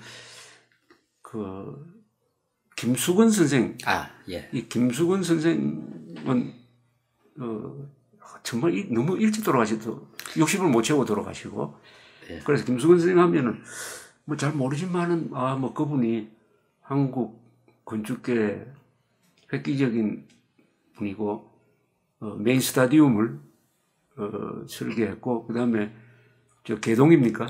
거기 있는 공간 원소동 원소동 비원발에 옆에 있는 공간이라는 그 넝쿨이 막 붙어 있고 해가지고 뭔가 자그마한 건물인데 그 한자로 공간이라고 써져 있으니까 눈에 띄고 그게 아주 건축가들 사이에서는 유명한 건물로 회자되는 분인데 김수건 선생은 무슨 일을 하고 어떤 분입니까 이분은? 김수건 선생님 제 개인적인 관계를 말씀드리자면 그분 선대가 바로 보가불입니다. 그렇습니까? 같은 고향입니다. 그런 우리 선생님의 고모 되시는 분이 우리 육아집에 이제 시집을 오셨죠. 오셔가지고 거기서 난 분들이 우리 집안 아저씨들이죠. 그리고 봉합분들이고 그건 개인적으로 저하고 그 인연이 있던 건 아닙니다만 어쨌든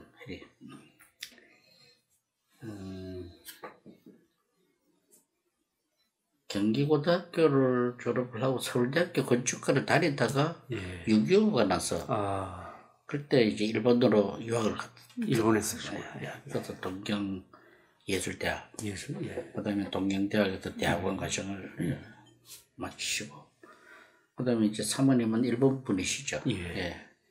그리고 이제 30대 초반인가 거기서 국회의사당 그 당시 이승만 정권 때지 아마 그걸 현상 설계를 당선해가지고 아주 그야말로 혜성처럼 공개에 등장을 합니다. 예. 그 지지는 안 했죠. 예. 그러다가 이제 5.16 혁명이 났는가? 예. 그게 그게 없어졌죠. 예. 없어진 대신에 아마 군부에 그때 김종필 총리 이분들하고 교우가 굉장히 좋은 거로 합니다. 그래가지고 워크힐 힐타파라든지 그다음에 자유센터 지금 그 장충체육관 맞은편에 있는 자유센터. 힐타파를 역시 좋은 건물은 자주 가게 되네요. 그 힐타파 뭡니까 워크힐 호텔 중에서 제일 그 꼭대기에 음식점이 있지 않습니까?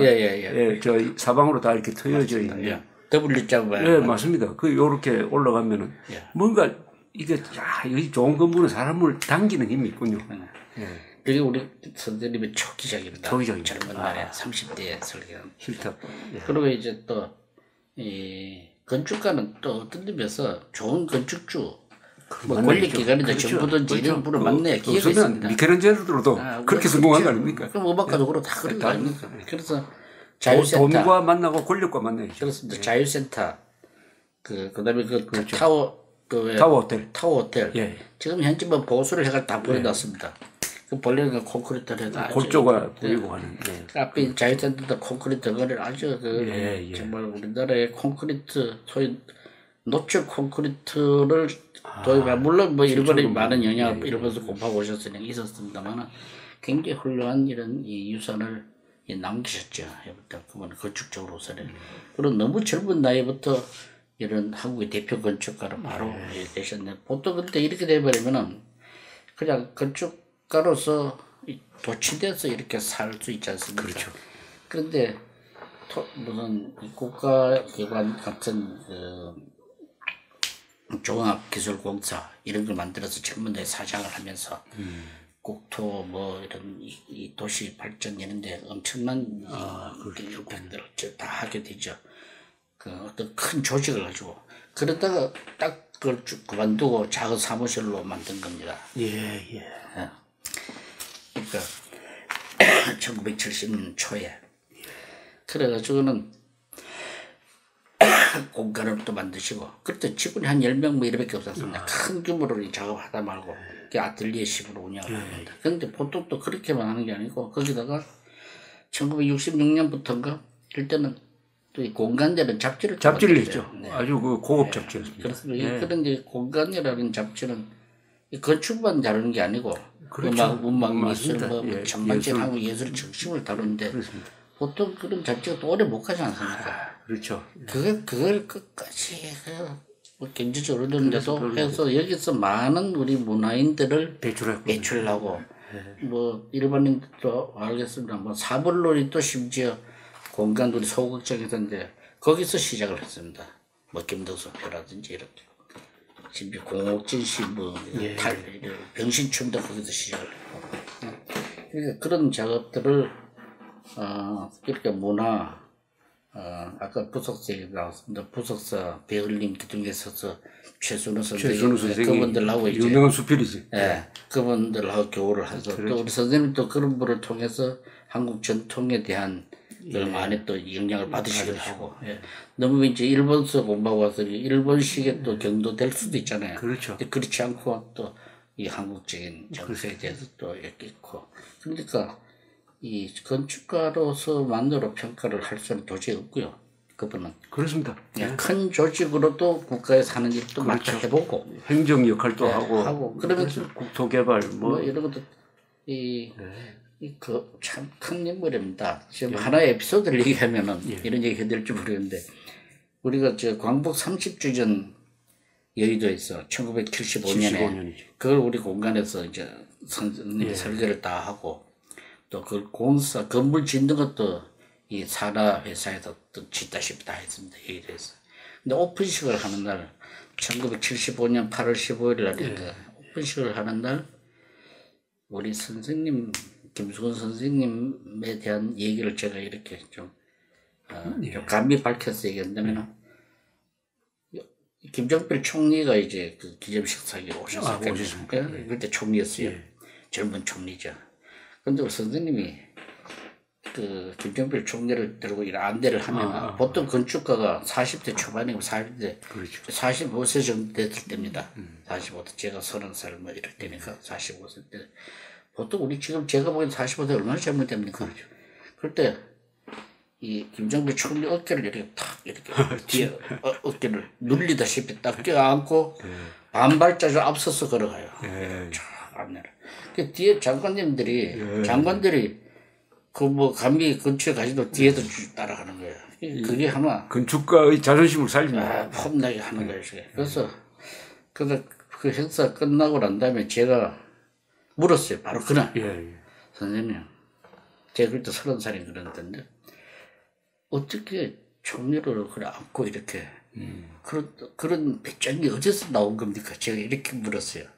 그때 김수근 선생님 하시는 말씀이 제가 정말 잊을 수 없는데 하시는 말씀이 나도 떨렸어.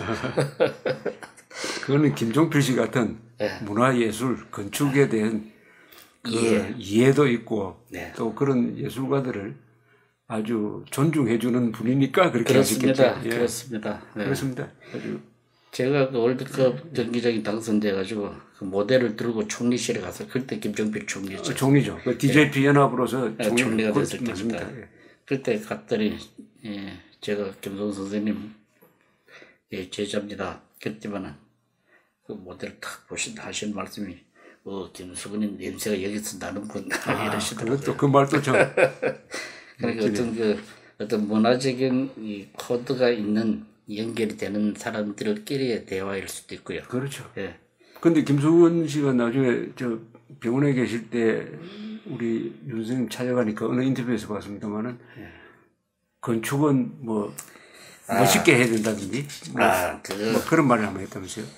그거는 이제 병원에 계실 때가 아니고 병원에 계시다가 돌아가시기 몇 달 전에 1986년입니다. 1986년 이른 봄에 공릉이라고 우리 공간에 원수동 사무실 말고 저 파주 지나서 거기에 파주 조리면 거기에 우리 사옥이 그대로 하나 지었습니다. 지금은 어느 뭐 기업체 연수원으로 갔습니다만 거기 좀 오셨는데 휠체어를 타실 겁니까? 그게 마지막 방문이고 회사 직원들과 마지막 대화를 할 텐데 그때 또 저는 한 사람 책임자로서 엉뚱하게 제가 요새 경제적으로 어렵다는 얘기를 했어요. 어렵다는 얘기를 하니까 제가 지금 생각하면 정말 정말 부끄러운 장면인데 우리 선생님이 백지에다가 이렇게 썼어요. 건축은 이렇게 리치네스 말씀을 잘 못하실 때니까 리치네스 영어로 이렇게 다 건축은 리치네스다. 다른 얘기 없어요. 그 말씀은 너는 건축 설계를 하고 있는데 그거 자체가 부다 리치네스인데 무슨 이런 돈 같은 경제 문제 어려운 걸 지금 네가 얘기하느냐. 그때 제가 정말 쇼크 먹었습니다. 이거 내가 가치 기준이 틀렸구나. 더구나 편찮으신 분 앞에 아무리 어렵다 그러면 해결할 수도 없는 상황이에요. 그래서 저는 건축을 여기서 전념하지. 이거 자체가 나는 이미 갖고 있는 리치네스다. 그래서 요즘은 저는 어려울 때는 이 생각을 합니다. 이 뭐 건축이 바로 역사기도 하고 문명 건설하면은 어떻게 보면 위대한 건축의 축적 아니겠습니까, 그죠? 그렇죠. 뭐 우리가 유럽에 갈 때 무슨 성당 보러 가고. 뭐 피렌체 가면은 그 유명한 두오모를 보러 가고, 뭐 요새 그 빌바오에 가면은 구겐하임 뮤지엄 그거 구경하러 가고 이런 식으로 일본에 갈 때도 뭐 동대사 뭐 이런 식으로 해가지고 항상 건축과 역사 그 나라 이 삶이 만나는 건데 도시를 보고. 예, 도시도 또 그 건축 중에서 가장 큰 건축일 것이고, 그리고 문명 건설 그 핵심에 이제 건축이 있는데, 오늘 이렇게 말씀드리는 과정에서 여러 가지 이제 참 많이 저도 많이 이제 공부가 됐는데, 혹시 이 프로를 보시는 분들은 더 들으시고 싶으면 그러니까 다음 주 월요일 날 29일 다음 주 월요일 5월 29일 오후 2시에 프레스센터 20층에서 우리 유춘수 선생님 나오셔가지고 아주 시각적으로 프레젠테이션 하시면서 건축 이야기를 하실 겁니다. 그때 캄캄하고 어두운 곳에서 그때 네. 왕림해 주시기 바랍니다. 5월 29일 월요일 오후 2시 저 프레스센터입니다. 프레스센터 20층입니다. 20층. 그리고 다음에 또 모시기로 하고 하나 끝내면서 재밌는 이야기를 하나 좀 들려주십시오. 제만 혼자 알기도 힘드는데 1971년 12월 24일 네, 12월 24일에 무슨 일이 있었습니까? 그 어떻게 그게 없으면은 71년 오늘 네. 선생님도 안 계시는데 그날 12월 24일은 이제 크리스마스 이브니까 공휴일 아닙니까? 예. 저희 회사가 그 명동 성당 앞에 바로 보리빌딩이라고 그 15층 건물이 있었어요. 바로 성당 앞에. 회사가 거기 있었습니다. 그 종합건축이라고. 거기 근무를 할 텐데 제가 아까 말씀드린 그 공간에 들어가시기 전이네요. 물론 전입니다. 한장 대학 졸업하고 그 이듬해니까. 대학 제가 70년에 졸업하고 두 번째인데 아까 제가 뭐 투시들을 많이 그랬던 제가 그 당시에는 우리나라 아마 대형 설계 사무소 치고 저하고 투시도 거래를 안 한 조직이 별로 없어서 뭐 제가 아주 소문나게 많이 그리고 또 실제로 제일 잘 그릴 수도 있어서 잘 열심히 그렸습니다. 그게 또 생활 수단이기도 하고. 근데 우리 선배가 한 분이 영건축이라고. 그때 대형가 호텔 5층에 설계 사무소가 있었어요. 물론 옆에 방금 호텔도 있고 또 일부 방을 합쳐서 사무실로 줬었는데 거기서 그때 그 남산에 있던 중앙정보부를 저 이문동으로 옮기는 작업을 하는데 그 설계를 그 선배가 영건축에서 맡아서 했어요. 그러니까 그 선배가 저보고 투시도를 좀 그려달라고. 그건 바쁘다고. 그래서 그 투시도를 그리러 밤에 가는데 아시다시피 왜 명동 시내 한가운데를 거쳐야 대형가로 갑니다. 그렇죠. 그때 가면서 제가 이런 생각을 했어요. 이건 뭐 요즘 명동하고 좀 다를 겁니다. 그때는 12월 24일 날 통금이 없잖아요. 오랜만에 통금이 없어지는 날이니까 완전 해방구처럼 다 쏟아져 나오지. 온통 헬라는 남녀들이 요새하고 좀 다릅니다. 완전히 그냥 흥분된 분위기가. 그렇습니다. 더군다나 저는 그때 총각 때인데 그 길을 걸어가면서 야 누구는 이렇게 좀 멋지게 하는데 나는 일하러 가는구나. 그게 가슴 속에 좀 이렇게 찡하게 있었어요. 그래도 열심히 또 가서 일을 해야 되는데 일을 열심히 좀 또 그 선배들하고 한 10명, 10여 명 도면을 그리고 투시들 작업을 하는 도중에 새벽 한 2시쯤 됐을 거예요. 그때 정보부 어떤 관계자가 우리 선배한테 전화가 왔어요. 자기가 보려고, 이 작업하는 거 보려고 그랬는데. 감독하는 거죠. 그 와서 보려고 했는데. 비밀시설이니까. 그 지금, 말하자면 술을, 이번 날이니까. 술을 많이 마셔가지고 못 가니. 우리 한 며칠, 2, 3일 연기해도 좋은데 그 다음날 또 노는 날 아니니까. 그날 25일에 막 시작됐을 텐데. 그 지나고 한 이틀 시간 여유를 줄 테니까 오늘 밤에 여러분들도 막 진짜 폐 쉬라고 오늘 이번 날 좋은 날이니까 이 전화가 왔어요. 그 선배 그 전화를 받고 너무 날뜻이 좋아가지고 완전 밤새면서 일을 해야 되는데 근데 먹을 것도 이미 많이 사다 놨겠다. 그래서 이제 놀자 뻔했던 거예요. 흥청망청 이제 막 술 마시고 제일 반가운 소식이지. 제일 반가운 소식. 한 3시쯤까지 아마 됐을 거예요. 저기에게. 근데 제가 뭐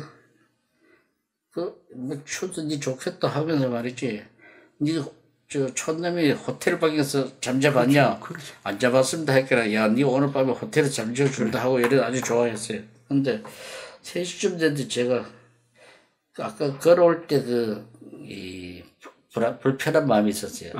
남들은 이렇게 잘 노는데 나는 여기서 뭐 이렇게 밤새면서 일을 한다 하는 게 그게 좀 뭔가 마음이 걸렸어요. 그래서 통금도 없고 하니까 제가 갑자기 그냥 형 나 집에 갈래요. 그랬어요. 집에 저 이문동에 있을 때. 이문동. 예. 갈래. 야 너 미쳤냐? 이 시간에 왜 가려고 하느냐? 한 30분 동안 시비를 신경을 가지 마라 하고 또 저 앉아 또 간다 하고 그래서 도면 싸주세요. 내 집에 가서 일하려면 하고 그 도면을 평면이면 투지도 그런데 필요한 도면 원 세트를 다 준비를 했어요. 제가 도면 들고 나오니까 흥이 깨진 거예요. 그렇죠. 흥이 깨져가지고 그 한 10여 명이 다 나왔습니다. 다 나왔습니까? 다 따라 나왔는데 한 사람도 안 남았습니까? 한 사람도 안 남았어요. 한 사람도 안 남았는데 다음 날 거기서 5층에서는 단 한 사람도 살아남은 사람이 없습니다. 근데 불이 나오고 나셔가지고 몇 시간 뒤에 불이 났죠? 한 두세 시간 후에. 2시간 뒤에 불이 났구나. 또 한 3시간쯤 됐겠라 하여튼 아침 새벽에 너무 일찍 출근하는 사람은 그것 때문에 죽은 사람도 있어요. 그렇죠. 근데 저는 집에 가서 잠을 자자니까 뭐 집에 식구들이 저희 어머니 모친하고 이제 깨워요. 큰일 났다고 불 났다고. 이 TV를 보니 근데 처음에 저는 거기서 왔는 줄 모르고 그렇죠. 있다가 그래서 살았지 않습니까? 나중에 보니까 그 선배는 저보고 요즘도 만나면 생명의 은인이라고 합니다. 10명을 살리시네. 그렇지. 10명을 살리시고 그 전화를 사실은 전화를 건 사람이 10명을 살리신 건데. 그 전화 얘기가 제가 그 월간 조선으로 기억을 하는데 한때 이 공동 지필로 공동 제목으로 쓰는 게 있었어요.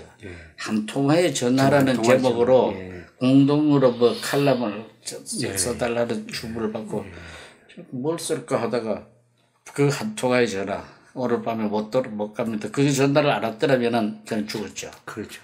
그 대형가 건물이 지금도 있지 않습니까? 쓰고 있죠. 지금도 있는. 그래서 제가 그때 농담이 아니라 참 심각한 말로 제가 그때 죽었더라면 뭐 대형가 다 죽었더라면 혹시 월드컵 경기장은 누가 다른 모습이 어쩌고 설계했겠는가. 우리 애들은 없을 거고. 어쨌든 그런 점에서 하늘이 내신 분이네. 뭐 어떤 점에서 누구나 매일매일 모르는 사이에 운명적인 것이 오고 가고 하고 있는 거죠, 사실은. 아이고, 1946년생이시지 않습니까? 그죠? 그렇습니다. 그러니까 지금 이제 72이시니까 앞으로 또 71라고 해주십시오. 그래, 미국식으로 하면 70이고. 이 설계하시는 분들은 나이는 관계 없습니까? 연세가 드셔도. 그 얘기 제가 좀 한다면은 서양 사람들은 소문에 의하면은 한 40 정도의 건축을 제대로 시작을 해서 죽는 날까지 한다고 그러는데 우리나라에서 한 30에 시작을 해서 60대면 소를 놓아버린다는 그런 경우가 말이 있습니다. 그러니까 프랭크 로이드 라이트의 좋은 인상적인 사진 중에 하나는 큰 노인이 연필을 칼 잡고 연필 깎는 장면이 사진이 하나 있습니다. 그거 보면 참 괜찮은 모습이고 또 늦게까지 이렇게 그리고 하는 게 굉장히 좋은 것이죠. 뭐 좋은 작품을 젊을 때 못한다는 게 아니라 어쨌든 간에 죽는 날까지 이렇게 몰두하고 그리고 하는 것이 뭐 스스로 아름답고 좋은 일이라고 생각합니다. 미켈란젤로도 89세까지 살았습니다. 그러니까 앞으로 계속 더 좋은 작품 많이 남겨주시고 다음에 또 모시겠습니다. 오늘 한 이야기는 사실은 이야기 보따리를 풀면은 훨씬 더 많는데 어쨌든 이 건축, 인생, 역사, 문명 이런 걸 이야기를 했습니다. 그러니까 건축의 핵심도 아름다움이라고 생각합니다. 아름다움을 알아주는 사람, 또 아름다움과 편한 게 같이 가야 되니까 아름다움과 편한 것을 어떻게 조화시키느냐 하는 이런 걸 가지고 이야기를 아주 귀한 이야기를 들었는데 앞으로 다음에 또 모시겠습니다. 이게 좋은 기회를 주셔서 제가 그중에 근데 한마디로 더 간단합니다. 보통 이제 건물을 건축으로 이해를 하는 수가 있지 않습니까? 이게 너무 당연한 거고 사실 옆에 다른 건물이 있지 않습니까? 이 건물과 건물 사이 그 빈 공간들 이것도 건축이죠. 건축에 들어가는 거죠. 그렇죠. 그리고 이건 조경이라고도 그러는데 그렇죠. 도시 공간이고 또 건물 속의 내부는 인테리어. 인테리어도 별게 아니고 그 사람으로 얘기하면 속의 내장, 신경, 그다음에 피부, 그다음에 옷, 또 이웃과 관계 이게 전부가 인간 아닙니까? 그렇죠. 건물도 똑같다. 그런 관점에서 건물, 그다음에 크게 확장되면 도시고. 인간 관계만큼 중요한 게 건물 관계네요. 그렇죠. 건물과 건물 사이에 또 조화를 어떻게 이룰 거냐 하는 그런 관점이 필요로 할 수도 있어요. 아주 좀 또 그게 놓여진 장소의 역사성하고 또 시대성하고 이 합쳐서 하나로 건물을 이해하는. 그러니까 건축은 인간이다 이래 되겠구만. 아이고 감사합니다. 네, 감사합니다. 고맙습니다. 고맙습니다.